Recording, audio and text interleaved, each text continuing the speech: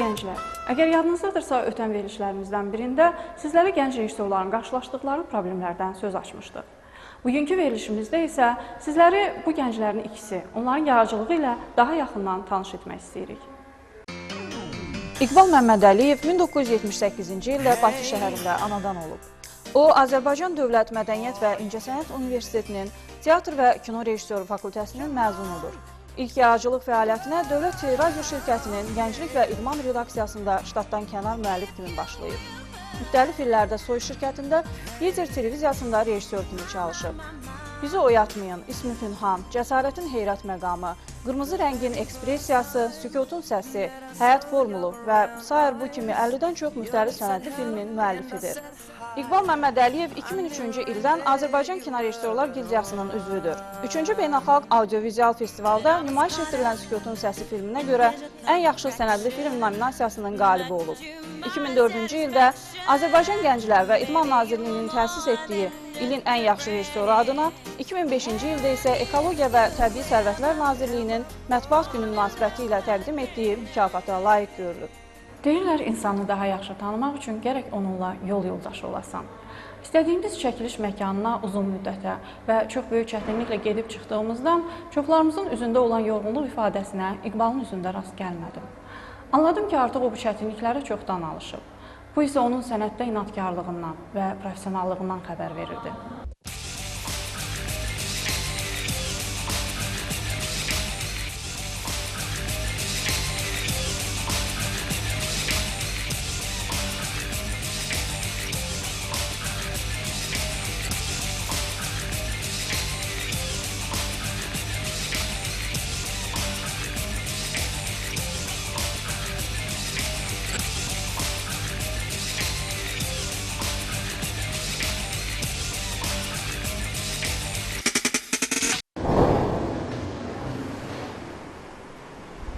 Rejissorluq mənim həyat tərzimdir. Mən rejissorluqla özümü tanımağa başlamışam. Nəinki özümü, insanı, bütün cəmiyyəti mən rejissorluqla tanımışam.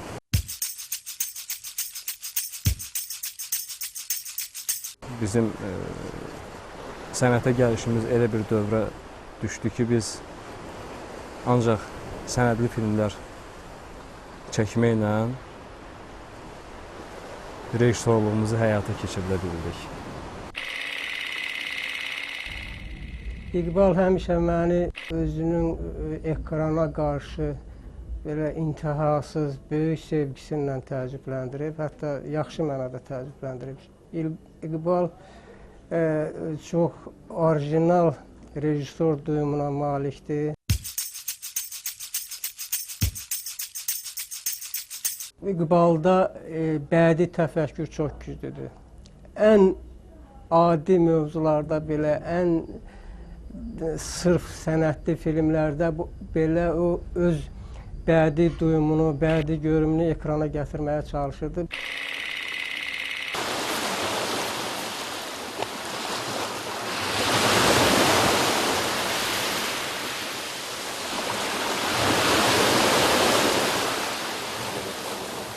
Mən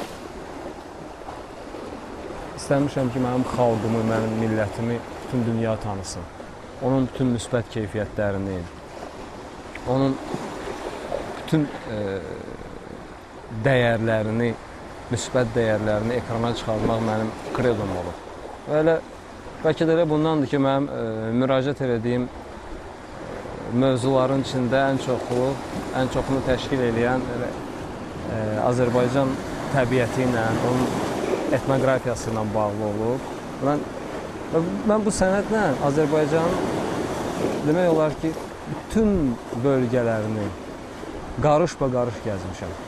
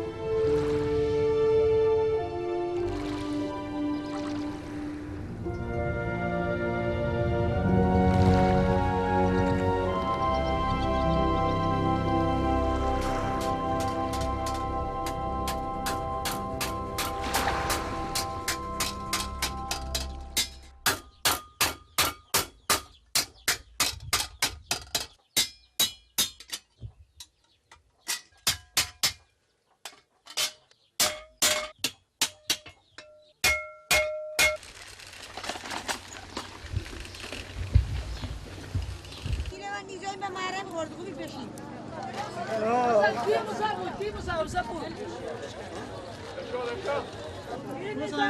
O zaman da cana o zamanı.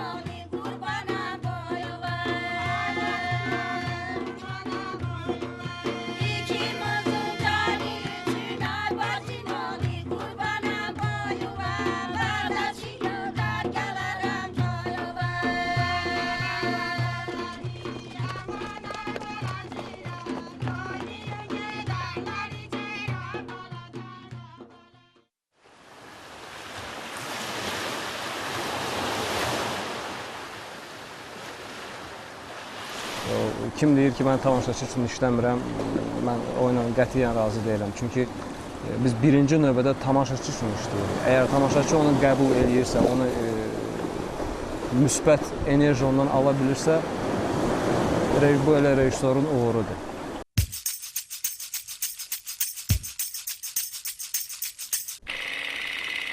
İqbal Məmmədəliyevin çox maraqlı cəhətlərindən biri də odur ki, o təsviri duyur.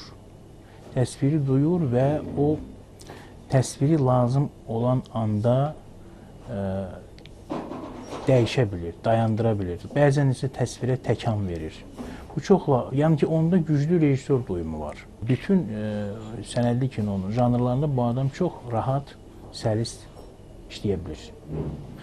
Və ən əsas məsələlərdən biri də onun yaradıcılığında onun səmimi olmasıdır rejissor kimi. Bu çox vacibdir. Xüsusən də o səmimiyyət, o insana olan sevgi onun Sükutun Səsi filmində öz əksini tapmışdır.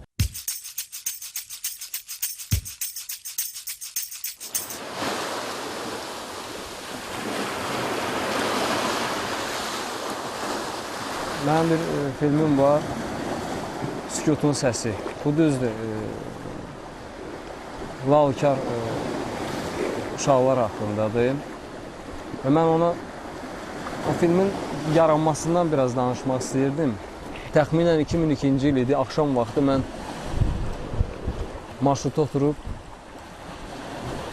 gedirəm. Mən montaja gedirdim. Burada məsələn yan tərəfdə görürəm ki, havada əllər oynayır. Əvvəlcə fikir vermədim. Çünki marşrutda minəndə görmüşdüm ki, iki gözəl, həqiqətən də gözəl qız üz-üzə oturublar.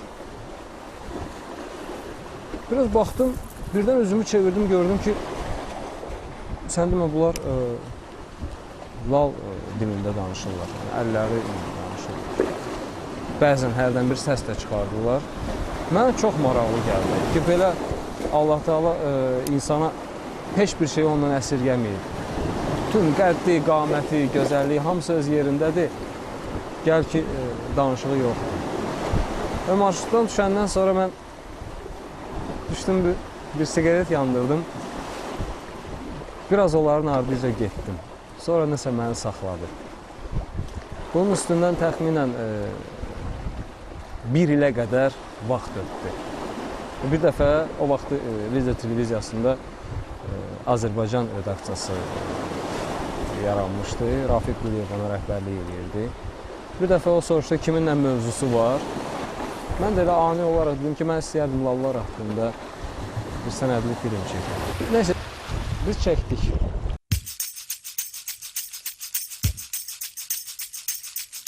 Baxmayaraq ki, o vaxta qədər artıq neçə il idi mən bu sənətdə çalışırdım. Amma birinci dəfə idi ki, mən həqiqətən elə məngənə arasına düşmüşdüm. Çox çıxılmaz vəziyyətə düşmüşdüm mən. Çünki məni qınayırdılar ki, mənim filmim ola bilər ki, hansısa humanitar təşkilat üçün maraqlı ola bilər, amma bu film kimi kütlə içərisində, cəmiyyətdə o qədər rəğbətlə qarşılanmaz. Mən onu bir də montaj edirdim. Sonra mənə şans verdilər ki, mən hətta bəzi əlavə çəkilişlər də eləyim və mən bunları elədim.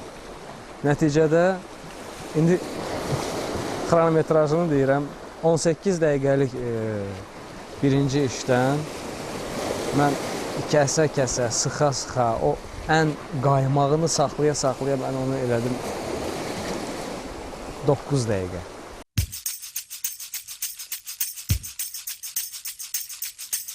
Elə o filmdən sonra, axırıncı baxışdan sonra mən evdə əvvəllər bir qeyd kitabçam var idi. Oraya yazmışam bloknota ki, mən özümü rejissor kimi hiss elədim.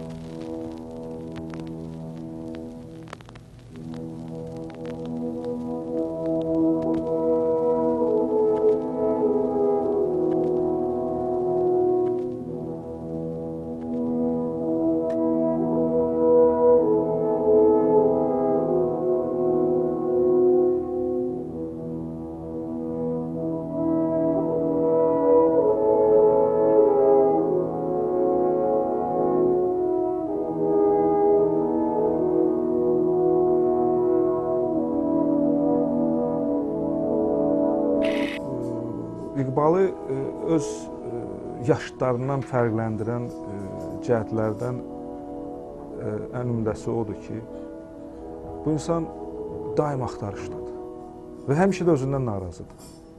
İnanırsınız, filmi eləyirdi, filmdən sonra hiss eləyirdim. Hətta bəzən elə filmlər olurdu, filmin ortasında filmdən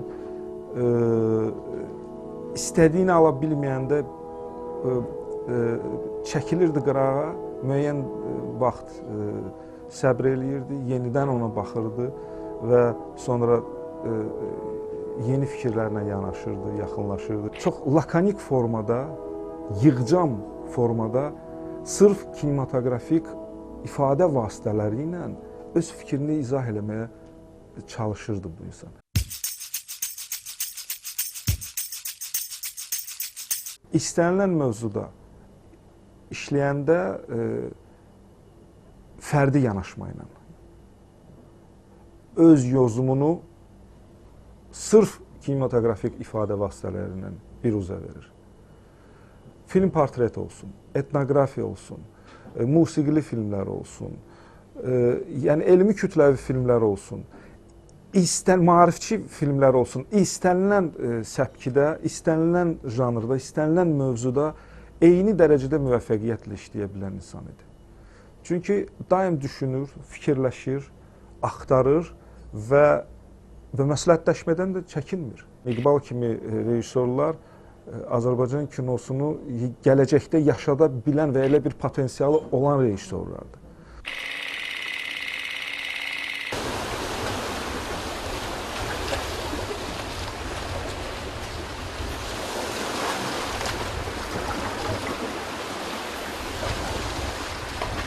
Mənim həyat fəlsəfəm maarifçilikdir, maarifləndirməkdir. Bu, ola bilər ki, doğulduğum ailədən ya da düşdüyüm mühitdən irəli gəlir. Ona görə də filmlərimin əksəri maarifçi xarakteri daşıyır.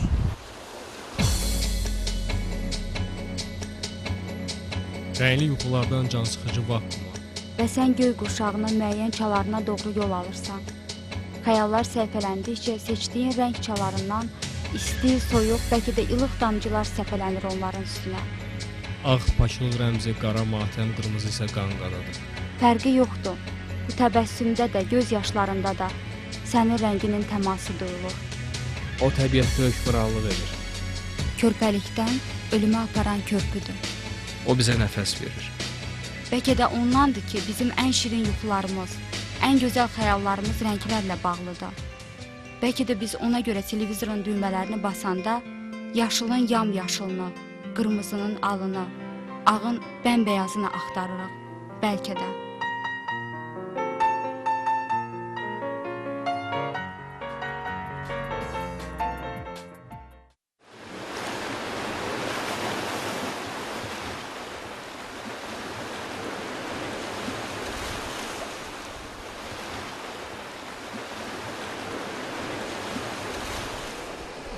Mənim bu sənətə gəlməyimdə, mənim rejissor kimi doğulmağımda televiziyanın çox böyük rolu olub.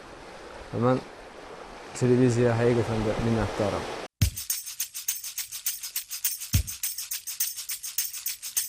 Əvvəl necə dediyim ki, televiziya mənə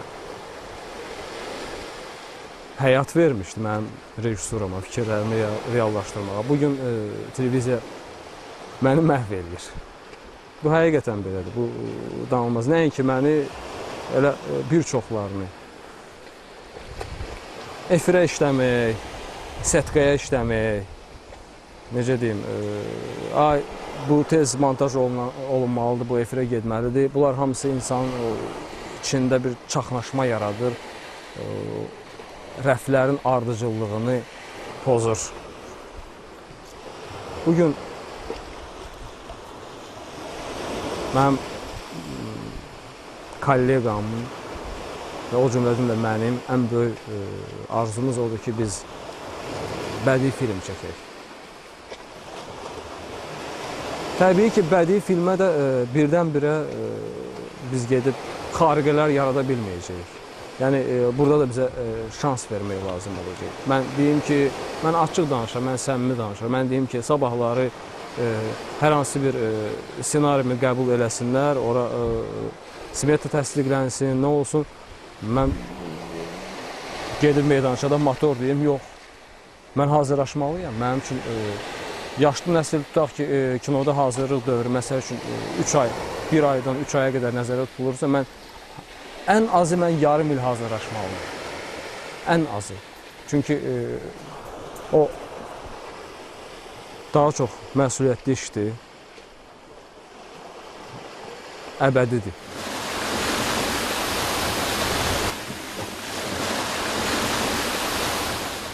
İqbalda inadkarlıq var, yaxşı mənada.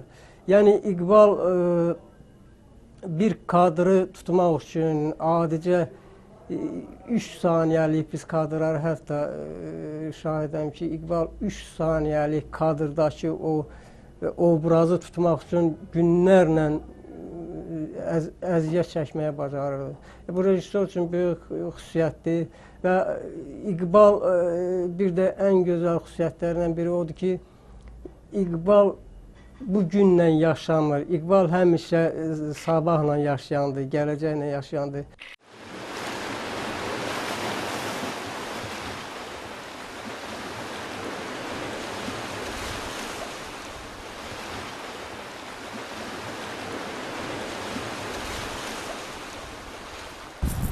Ən çox çəkmək istədiyim mövzu Azərbaycan tarixi haqqındadır.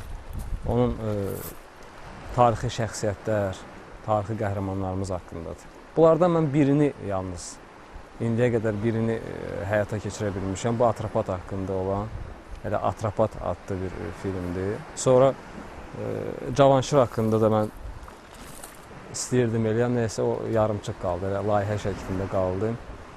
Amma mən söz verirəm ki, nə qədər ki, gələcəkdə hətta bədii filmlə çəkəsi olsam, mən mütləq bu ölkənin, bu torpağın, bu dövlətin tarixi qəhrəmanlarını, onları təbliğ edəcəyəm, onları xalqa daha yaxından çatdıracağım. Nəinki xalqımıza, bütün dünyaya.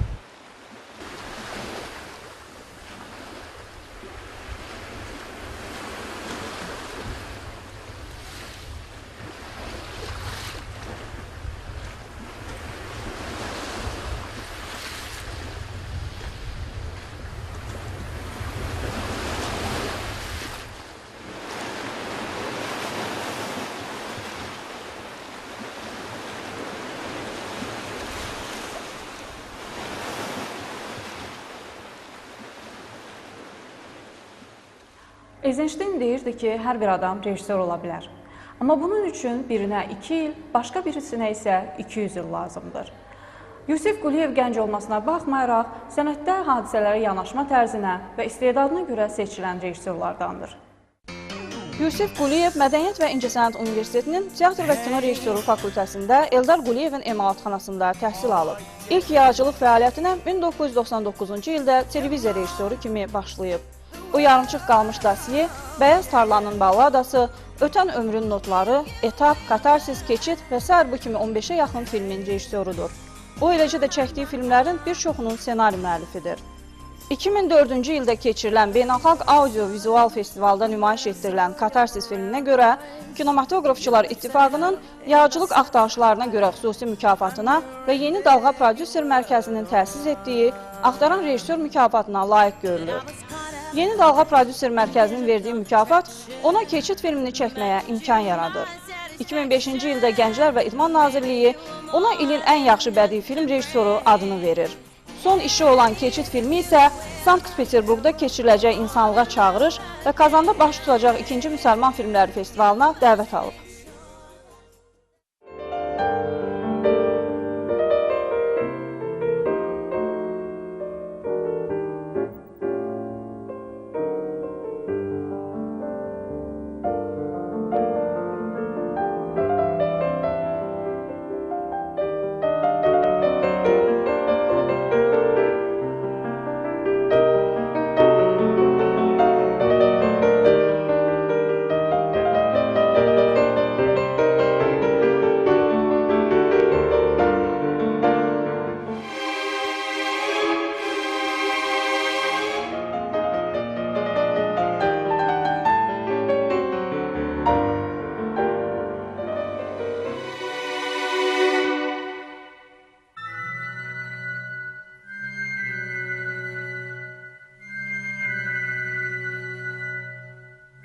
Bilirsiniz, bu mövzulara sən daxilən, qəlbən yaşayırsansa, çox maraqlıdır mənim üçün.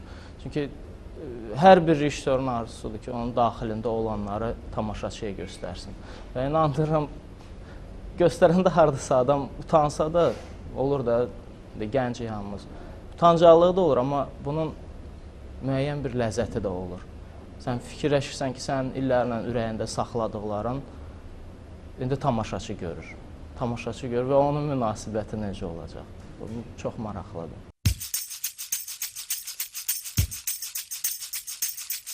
Yusifin filmlərini seyr etdikcə anlayırsan ki, onun sonsuz təmkininin və səbrinin arxasında haqsızlıqlara, biganəliklərə qarşı kəskin bir etiraz var.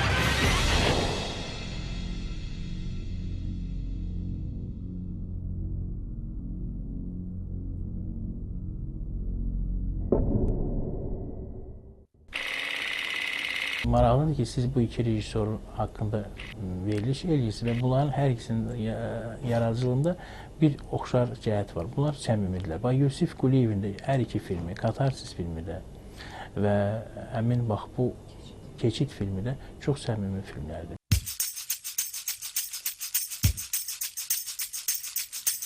Katarsis filmində verilən məkanlar, onun təsvirin bir-biri ilə bağlanması, temporitmik quruluş, montaj həlli, bunlar hamısı onun bir daha sübut edir ki, bu rejissor konsepsiyası burada artıq formalaşır və formalaşıb. Əgər o rejissor konsepsiyası varsa, rejissor səmimidirsə, rejissor elədiyi materiala inanırsa, onun gələcəyi olacaq.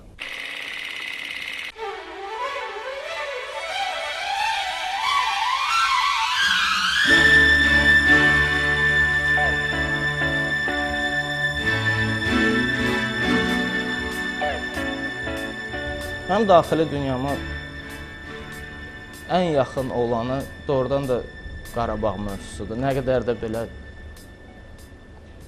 necə deyim, bir təhər səslənsə də indiki dövr üçün. Amma mən yaşadığım əsas odur. Hər hansı bir mövzunu mən gətirib çatdırmaq istəyirəm ora. Çünki orada yaşananlar görməlidirlər hamısı. Ətraf görməlidir. Xaricə çıxartmalıyıq biz bunu. Öz ağrılarımızdır. İstər-istəməz onu göstərməliyik.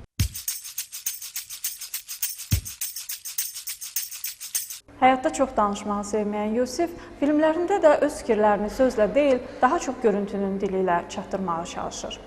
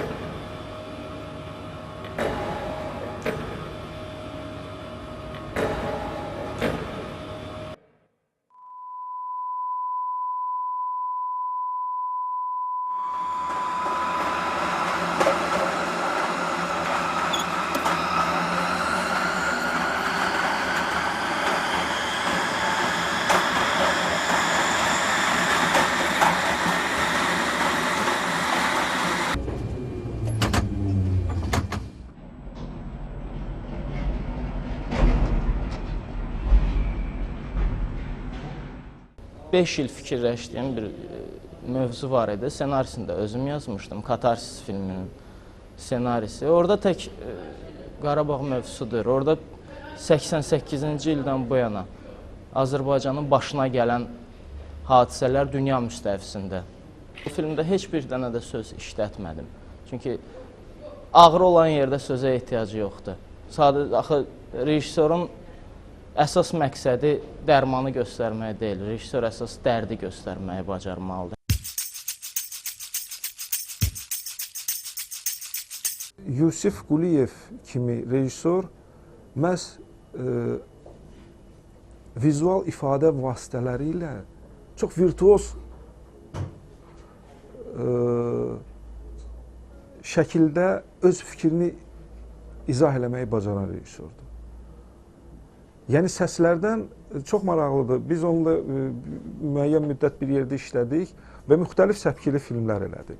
Mən hiss edirdim ki, o daha çox kinematografik estetikaya, vizual həllə üstünlük verir. Yəni söz onun üçün sadəcə vasitədir. Və bax bu, belə deyək, öncədən özünə istiqamət götürən, özünü konkret ifadə vasitələrini kökləyən Yusif Katarsis filmi çəkdi. Yəni artıq bu filmlərdə, ondan sonra da keçib.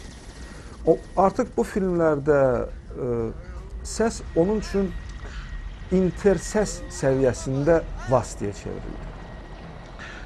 Keçid filmdə isə kadr-daxili söz, yəni orada iştirakçıların sözü və səsi onun üçün konkret fikrin tamaşaçıya daha dəqiq çatdırılmasında bir vasitə çevrilir. Lakin əsasən onun içi, onun yanaşma tərzi, onun belə deyəcək, yaradıcılıq üslubu vizual nəql formalarına köklənmişdir.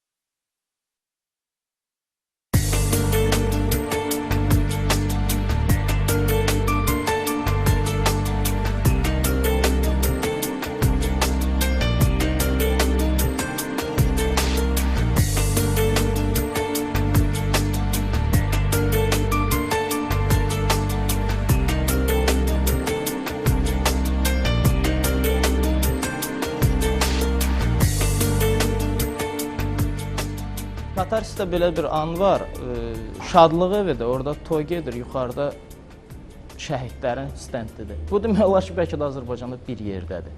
O yeri də mən bilirdim, mən çəkdim. O elə belə çəkmədim, çünki əksərən orada olanlar mənim tanışlarım, dostlarım da var orada, bir sinifdə oxuduğum uşaqlar da var orada.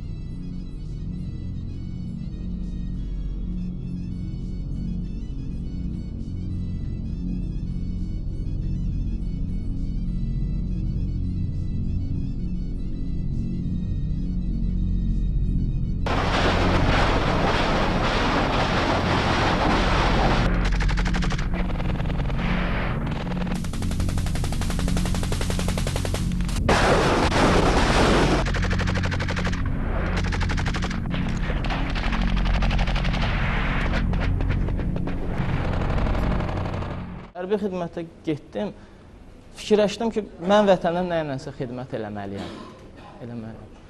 Gəldim hərbi xidmətdən gördüm, yox, bu mənə azlıq eləyir. Deməli, bu haradasa məni qane eləmədi. Sonra başa düşdüm ki, mənim də xidmətim öz filmlərimlə, öz işlərimlə ola bilər.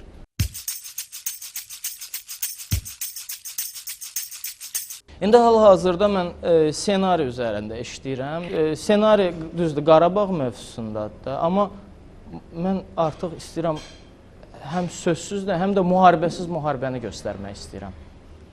Mənim aləmimcə əsl müharibəni haradasa müharibəsiz göstərmək indiki dövr üçün çox yerinə düşə bilər. Yusif Quliyevin dünya görüşü, onun adi bir şeylərə başqa prizmadan baxmağı, bu çox böyük üstünlükdür. Çox böyük üstünlükdür. Yəni ki, bu rejissor peşəsi üçün çox üstündür. Sonra axtaran, o həmişə axtarır. Onun çox filmləri var, bilirəm ki, televiziyada çox filmlər eləyib, amma onlardan mən ikisi barəsində danışardım. Bu katarsis və yəni katarsisində daha profesional, daha yığcan, daha belə dünya görüşü nöqteyi tərəfdən baxanda keçid filmi. Mən heç inanmırdım ki, biz onu fikirləşəndə Yusiflə bu ideyanı, mən çox skeptik yanaşırdım ki, Yusif elə bilməyəcəksən, harada, necə, dedik ki, sizin işiniz olmasın. Yəni, o getdi və elədi. Yəni ki, bu da yaxşı alındı.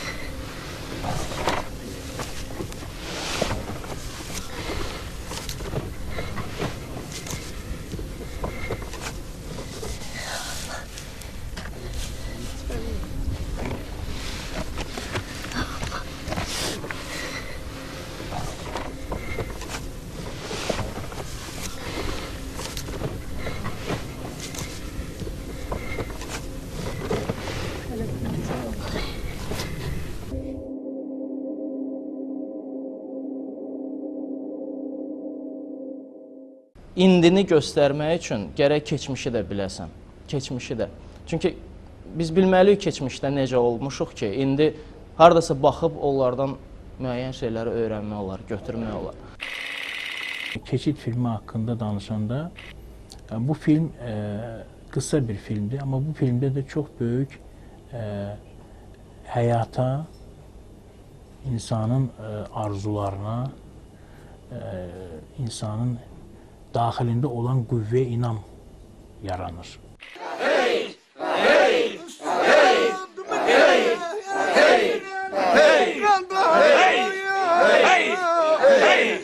Hey! Hey!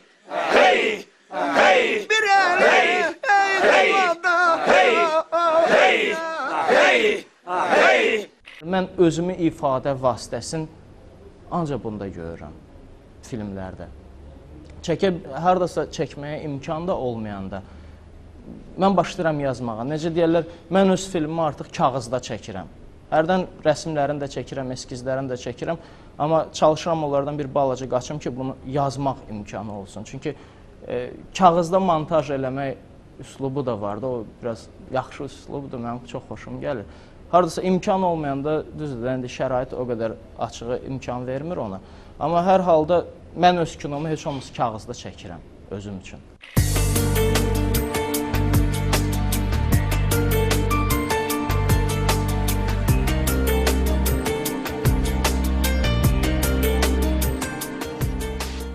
Hər iki rejissor televiziyada çalışsa da onların bir məqsədi var.